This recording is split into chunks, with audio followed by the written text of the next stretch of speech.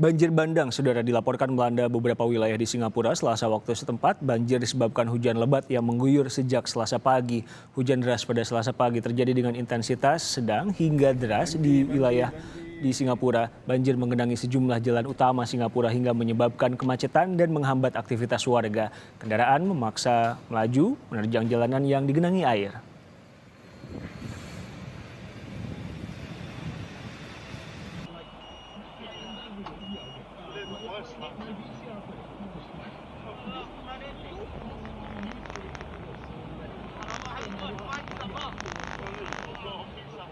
Banjir juga menggenangi permukiman warga di kawasan Bedok. Banjir di kawasan ini disebabkan luapan air di Kanal Bedok. Badan Lingkungan dan Perairan Nasional Singapura bahkan sempat mencatat ketinggian air di Kanal Bedok mencapai 100% dengan potensi risiko banjir besar. Saya bersama koresponden Kompas TV di Singapura, Oki Madasari. Oki, selamat sore. Situasi terkininya seperti apa?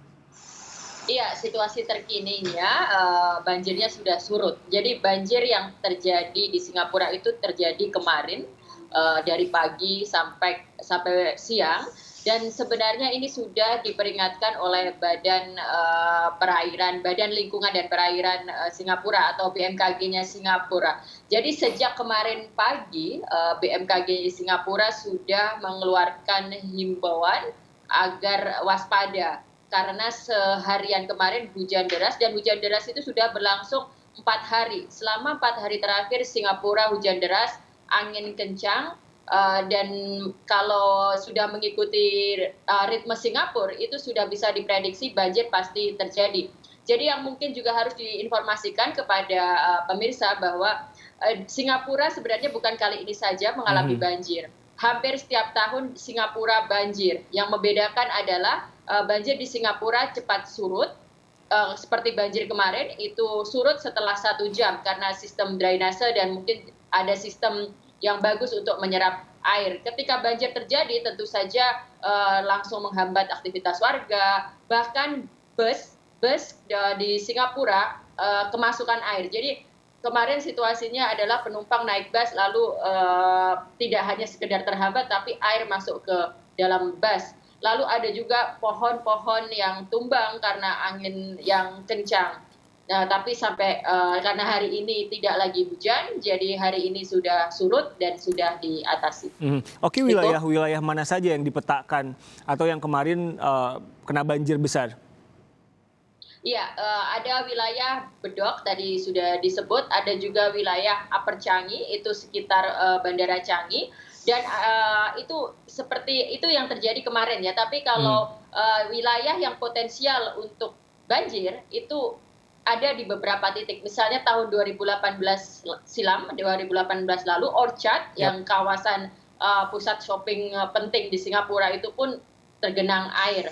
Lalu tahun 2009 hampir banyak wilayah, dan itu menjadi salah satu banjir yang besar di Singapura karena ketinggiannya lebih dari 100 cm. Kalau ini kan kalau tadi saat iklan kita sempat berbicara sebentar, kayaknya masih akan hujan lagi. Lalu apa yang dilakukan pemerintah setempat untuk meminimalisasi dampak banjir misalkan?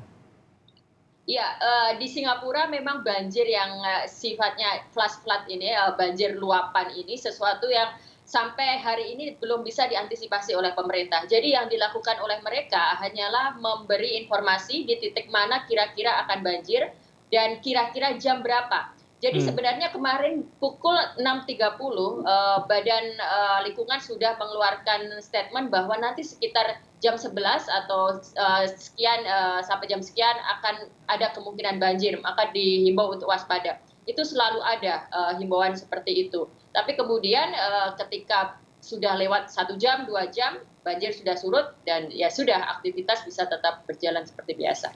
Ini sampai merendam rumah-rumah juga nggak, Ki? Nah, keuntungannya di Singapura karena rumah kebanyakan orang kan berada di apartemen, Yap. jadi tidak masuk ke rumah, tidak mengganggu, tidak membanjiri rumah lah. Dan banjirnya selalu berada di jalan raya. Jadi ini kalau kita menyebut tadi Bedok, sebenarnya Bedok itu memang tempat di mana sungai mengalir. Jadi ada sebuah tempat Bedok Reservoir Center, jadi memang itu tempat penampungan air. ketika curah hujan tinggi otomatis tidak bisa menampung dan akhirnya meluap. Meluapnya itu ke jalan raya, ke pedestrian, ke park dan sebagainya, tapi tidak ke rumah orang. Oke tadi bilang banjir ini tuh cepat surutnya, 1 jam surut, 1 jam surut. Nah, saya nggak tahu adil apa nggak membandingkannya dengan Jakarta, tapi di sana ada isu apa? Sampah nggak misalkan, ini apa yang berbeda? Kenapa banjir hari-hari ini menjadi lebih sering? Misalkan apakah memang cuacanya segitu gedenya hujannya atau memang ada masalah lain seperti sampah atau drainase dan lain-lain? Iya, kalau apa yang disampaikan oleh pemerintah, oleh badan resmi itu semuanya karena curah hujan dan, bedanya juga saya pikir karena di sini prediksinya jelas ya. Jadi, ketika hari ini hujan deras, badan pemerintah langsung menyampaikan bahwa waspadai flash flood, jadi waspadai adanya banjir di beberapa titik-titik ini, titik ini, titik ini. Nah, jadi semuanya sudah tahu, semuanya sudah diprediksi. Nah, kenapa ini kemudian tidak bisa dicegah? Ya karena memang eh, Singapura sepertinya belum bisa punya penampungan air yang bisa maksimal ketika ada hujan yang maksimal. Karena memang curah hujannya sangat luar biasa sekali 4 hari ini. Tapi setidaknya memang itu antisipasinya sudah ada dengan memberitahu dan juga sistem penyerapan yang bisa membuat air terserap cepat. Terakhir Oki, tadi Anda bilang mekanisme pemberian informasinya lancar begitu jelas. Itu lewat apa biasanya warga tahu bahwa tempat ini punya potensi banjir dan lain-lain?